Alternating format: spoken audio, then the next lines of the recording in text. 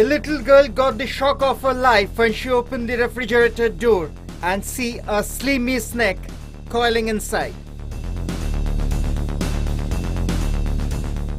Many gathered to see the 4-foot-long king cobra. After a few hours, with the help of a snake catcher, the poor reptile was rescued.